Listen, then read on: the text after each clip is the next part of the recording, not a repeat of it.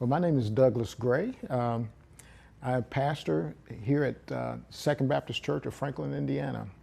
Been pastoring here for a little over 10 years as the senior pastor, but a total of about almost 15 years of pastoring here in Franklin. And I'm a retired engineer from Eli Lilly, so I've been a bivocational pastor for some years. But I'm also known as a nationally recognized bird watcher, and that's also my probably my more claim to fame is my bird watching. But I do tie in spirituality and bird watching together, and believe it or not, I'm working on a book called God is a Bird Watcher, and been working on it for a few years, but we'll see we'll see what happens.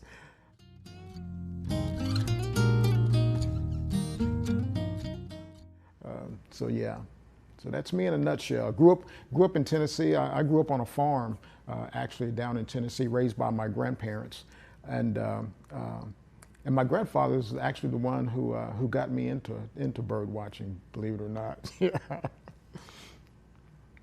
The person that influenced me most spiritually in my spiritual walk was my grandfather. His name was Ernest Stewart, my maternal grandparent, and he raised me from when I was a little boy on the farm, and hung out with him, and just following him through life. It had a great impact on me spiritually. And like I said before, he's the one that actually got me into bird watching also. I was actually riding with him on his tractor one day, and I saw this bird just hovering in one spot over a field, and as a little 5-year-old boy, I thought that was kind of magic, and so I was like, wow, Granddaddy, look at that bird, and he looks at the bird, and then he looks at me, and he stops the tractor. Now you'd have to know my grandfather for him to stop. And typical farmer, you know, it's all about time management of working on the farm, and for him to stop the tractor and showed that there was something that he saw that it was going to be worth the stop. And so we sit there and we marveled over this bird, and he referred to it as a sparrowhawk, and as a bird watcher I would call it American kestrel. And but yeah, so my grandfather, yeah, he had the most impact on me. How nature and birding shaped my faith? That's an interesting question, and it has affected me. It informs my theological outlook, if you would. One thing I love about being outdoors and in nature is that it shows to me that if I believe in God, I have to. If nature is telling me something about a creator, it's showing me that He's a creator who loves diversity and loves beauty, and so yeah, it does impact me the way I view spiritual matters. That's for sure. What led me into ministry? I laugh at that because I tended to run from ministry for a long, long time. I grew up in the church. My grandfather had me, and grandmother, had me going to church every Sunday and every Tuesday and every Wednesday, and one of them kind of homes. But I couldn't wait to leave the house so I could stop going to church. But that foundation was in me, and I tended to avoid ministry for many years. I just wanted to, I went to Bible college and seminary mainly to learn the Bible and to teach Bible and teach Sunday school and those kind of things, and be a good deacon and those type of things. But I would always avoid the call, if you will. Many ministers talk about having this call, and I would sense a call, but I would always try to avoid it. But I was always backed into a corner, and at one point it just came to a point where I had no really other viable options than to go into ministry and accept that call. And going through Bible college, I had a lot of friends who were wanting to be pastors and wanting to do this and do that, but and couldn't find those positions, and I was trying to avoid those positions, but they were always there and almost being thrown at me. But yeah, so it was a roundabout, torturous journey for me. But I ended up being in pastoral ministry for close to 30 years now. I spent a few years as a chaplain for senior life facilities around Johnson County, and so yeah. I started researching Black history and African American history in Johnson County after I became pastor here at Second Baptist. What happened was I would be in the church and I would see like podiums with somebody's name on it. I'd see pews with somebody's name on it. Like, who are these people? And so that's what got me started. I started finding out who these folks were. And why it was felt that they should be honored with these plaques. And throughout the church, there were some plaques out in the foyer and this and that. And so I started asking, who are these folks? And so, and that's really what got me started down that path. The history of Second Baptist starts all the way back in the 1860s.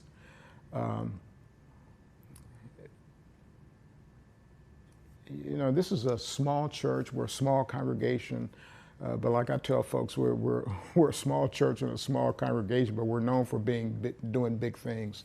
And when I started looking at the names of some of the folks that I would come across, I was actually quite amazed that,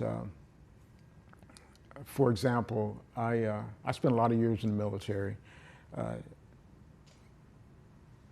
And actually, the first or second African American to make the rank of major and lieutenant colonel in the regular army comes out of this church. And I was like, wow. So, in the history of the United States. And so, and then I would come across the name of a man who, and actually that guy who was back to the army person, he was actually the first graduate of Franklin College. And he became a well-known doctor during World War I.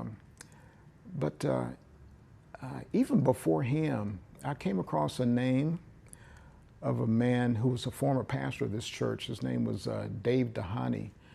And Dave Dehany, he's buried over here at Green Lawn Cemetery. On his gravestone, it had 109th and some letters, and I said, "What are those letters for?" And it stood for United States Colored Infantry. So he serving in the Civil War,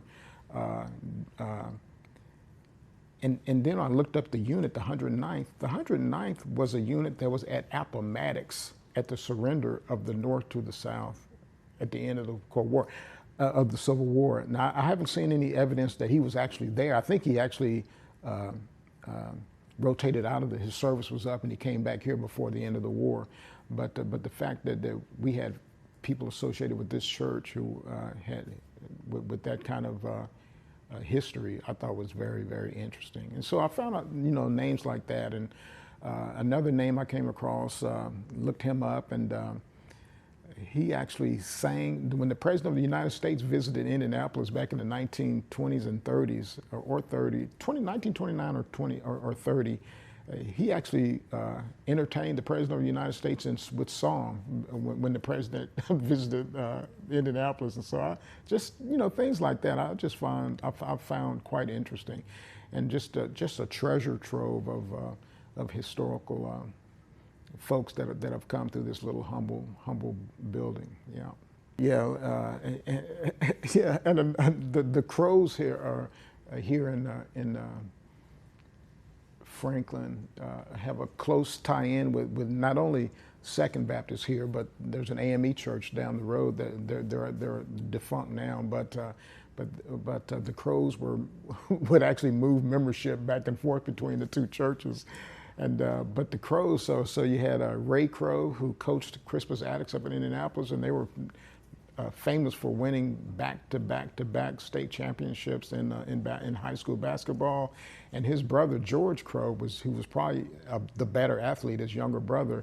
He's Indiana's first Mr. Basketball from this area, And that's just some amazing history. And when he became Mr. Basketball, after that he ends up playing professionally, but not in basketball, but baseball. He's a professional baseball player.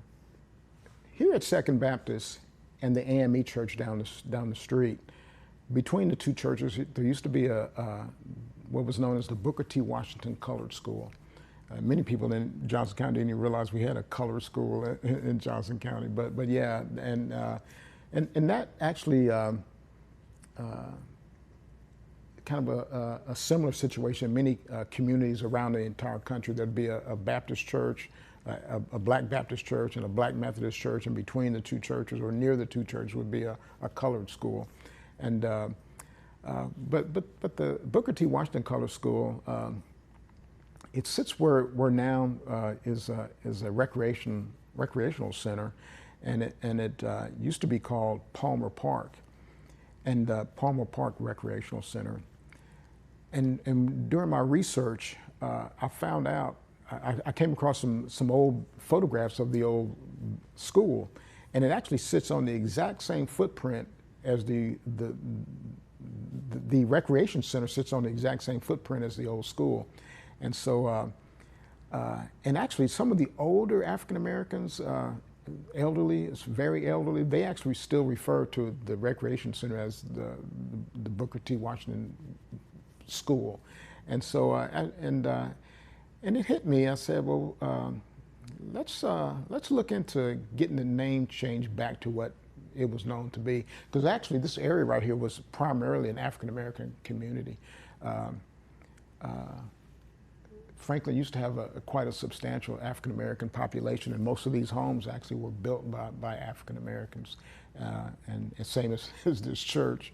But yeah, and I came across some of the teachers that taught there, some of the principals that taught there, and that's a school that produced just some interesting and wonderful Americans, doctors and lawyers and athletes, and it was just a wonderful school. And I actually still have members of this church who actually attended that school.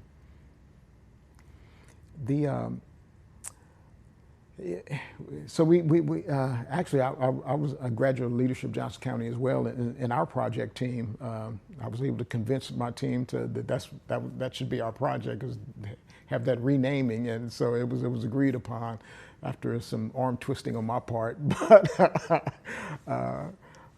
actually invited them over to the house and wouldn't feed them until they agreed to my demands. But no, it wasn't quite that bad, but almost. But anyway, so that was our project, and we had the building renamed. Had to work through a few agencies, the mayor's office, the parks department, and other folks. But it was a successful project, and we ended up winning Indiana Project of the Year from the Indiana Historical Society, which we were very, very proud of. Yeah. Here in Franklin, some challenges that African Americans have faced historically: segregation. I actually, even today, still have a member who remembers sitting in the colored section of the Art Craft Theater. And interestingly, a lady sent me a name of a name that she had come across a few months back. She sends me this name. She knew she grew up in this church, and she lives on the East Coast now. But she came across a name called Marcus Blakemore, and she found out that he was one of the first African American dentists in the country. And so she said, "Hey, Doug, have you ever heard of this person?" I said, "No, I've never heard of him." I said, "I'll do some research, see what I can find." And lo and behold, he was indeed because she came across the name because she saw where he was from Franklin, Indiana. And so indeed, he was from Franklin. He was the Blakemore family, and the Blakemore family were one of the original founding families of this church back in the 1860s and 1870s. And so I thought that was very, very interesting. But and I say that to show this discrimination aspect of that, because when I was looking into Blakemore, now this Dr. Blakemore, he was affectionately known as Blakey. They called him Blakey. And so as I was doing my research, I go back all the way back to the 1860s at the Johnson County Fair. Now back in those days, they would have these foot races to see who was the fastest person in the county. And at the 1860, I'm getting this information from the newspapers of the day.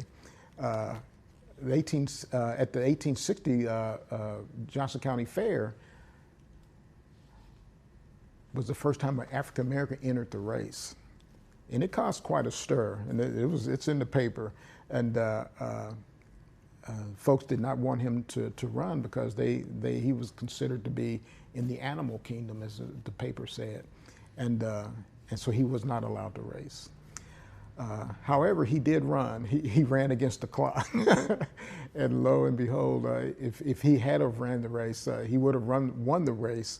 But not only that, but he would have set records from the previous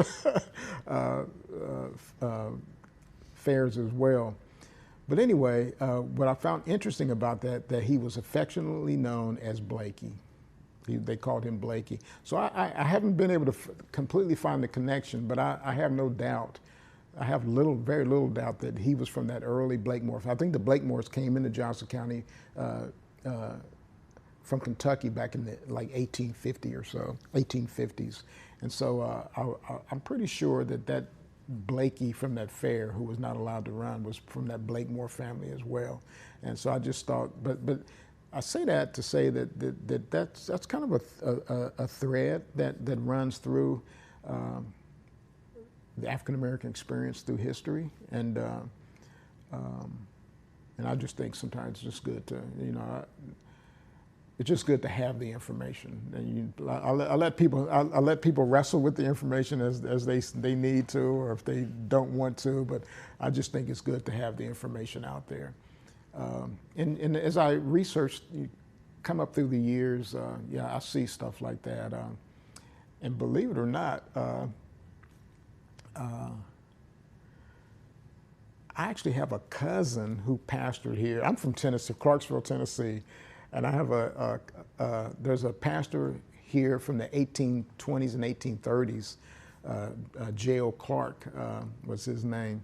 Matter of fact, my oldest member's name is Clark, and I thought it was probably a relative. The Clark name was kind of a prominent name in African American circles in this area, and I was figuring he was probably of that Clark. But when I researched him, lo and behold, he's from Clarksville, Tennessee, and then I found his death certificate where and found out that he grew up in the same church I grew up down in Clarksville, Tennessee. It's such a small world sometimes. But he, I guess I have it in my blood, but he would also raise issues of discrimination in the community as well. He spoke at Franklin College one time and I had part of his speech talking about the need for racial parity, because he was bringing up issues of blacks not being able to swim at the swimming pool and not being able to go to the park and things like that way back in that day. And so yeah. And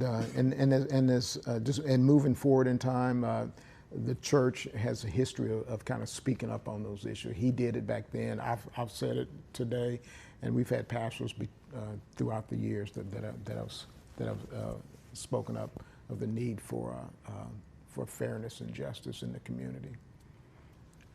One of the things as pastor of this church that I'm quite proud of is that we're a small church, small congregation, but we've done big things.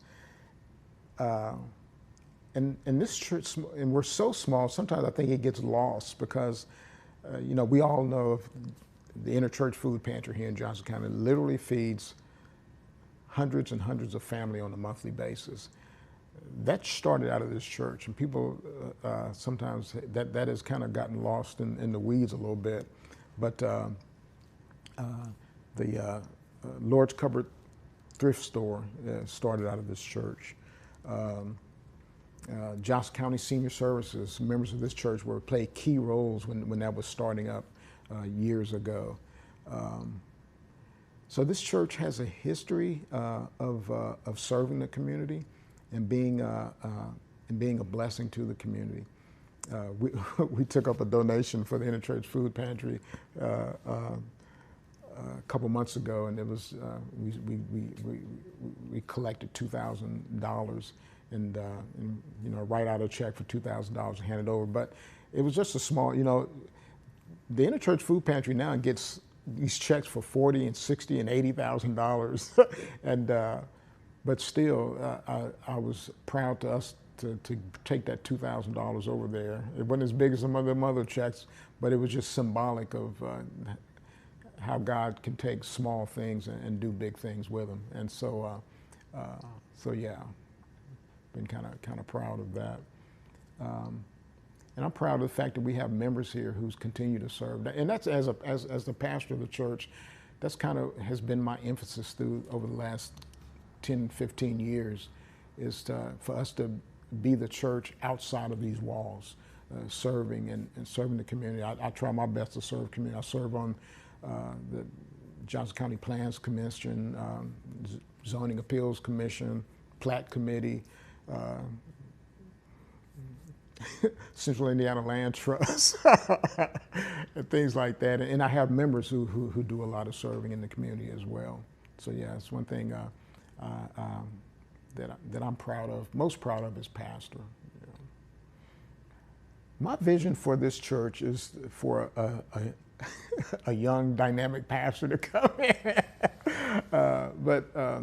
Right now, 3 of the 4 corners belong to the church. The house across the street, which we use as our annex and for church functions and this and that, gatherings, because our church here is just too small. It doesn't function well as a modern church. But the empty lot across the street belongs to us as well. And it was a great desire of mine when I first came, was to get that place built. But my priorities changed from that building to more service, and I think the church has reflected that over the last 10 or 15 years. And so we've stayed in this little building, still doing God's work outside of this building.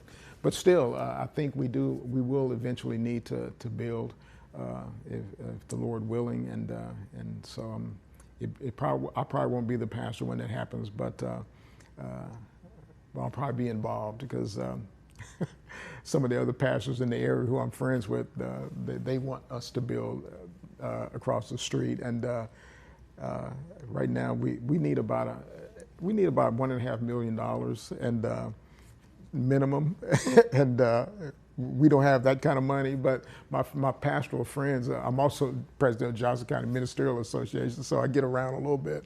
But they said, Doug, just build it. He said, if you just say you want to build it, the money will come, because your tentacles run so deep in the community. And that might be a reflection of being out there and serving. And I think that's a reflection of that. Yeah.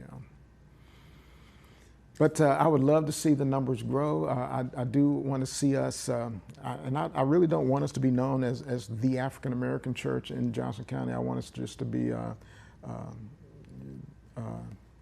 church that loves the Lord and loves the Lord's people and loves people, period. And so I want us to be a welcoming body in the community where folks can come and serve. I actually was pastoring here, and I had actually stepped down temporarily, and because I was looking into starting a bird watching festival, believe it or not, down in Mississippi. I was thinking about starting a bird festival called Mississippi Birds and Blues, because I'm a guide to some of the larger festivals across the country, bird guide, and I was visiting my dad down in Mississippi, and there was a newspaper article with me in there, and my dad was reading it. And he didn't really care that much about the stuff it was saying about me, but he saw the part where it said that it has an impact on Northwest Ohio of almost $40 million, this birding festival. So it just draws that many bird watchers into this area. And so my dad said, he said, well, can we do something like that down here in Mississippi? I said, well, Dad, I said, we can look into it. But I said, it's not going to be $30–40 million, but it'll start out. We can get it started and see where it goes. So to do that, I actually had stepped down as pastor here. And right when I did that, the pandemic hit. And so numbers here dropped, and then they asked me to come back. And there was a church up in Indianapolis. They asked me to come up there, but I decided to come back here. How would people get involved in bird watching? That's a great question. And what's interesting about bird watching is that anybody can do it. It doesn't take a lot of equipment. It just takes a desire to see birds. But once you start looking at them, you'll start becoming hooked, and then you want to see another bird, then you want to see another bird, then you want to see more birds. And so, and actually, I did Dance with the Johnson County Stars, and we had to raise X amount of money. And actually, the way I raised my money was that we would meet folks here at the church, and I would take folks on bird watching trips, and then they would pay. But we would go to Camp Atterbury, and I showed a number of people birds they had never seen before. And they were like, wow, I didn't know we had them kind of birds in Indiana. But so that's what bird watching kind of starts out. It can start out small, just watching the birds at your feeder. But I warn people all the time, you're going to get hooked, and you're going to want to see all the different kinds of different species, as many different species as possible. That's an interesting question. I do want to mention at least a couple more names of folks that have come through this church. A couple years ago, a gentleman about my age, his name is Keith Green, he passed away. He didn't live here, but he grew up here in Franklin, and was a member of this church. He passed away, and he wanted to come back here to be buried, and we did. We buried him here by his mom over in Green Lawn Cemetery. What's interesting about him was that he was a presidential Secret Service agent. And what's interesting about him also is not only that, but during 9/11, he literally was on Air Force One protecting the President of the United States. And I think I raised his name up because to let folks know that that the African American community here in Franklin has produced some wonderful Americans, military officers, great athletes, soldiers, sailors, airmen, and Marines that have come through our community, and but Keith Green was the last one that comes to mind, and we just buried him a couple years ago, and for him to have that role during 9/11 is an honor for the community, and something that the entire community should be quite proud of. I would love to bird Western Africa, because I'm kind of wanting to reverse, going backwards and seeing the birds that my ancestors would have seen and talked about.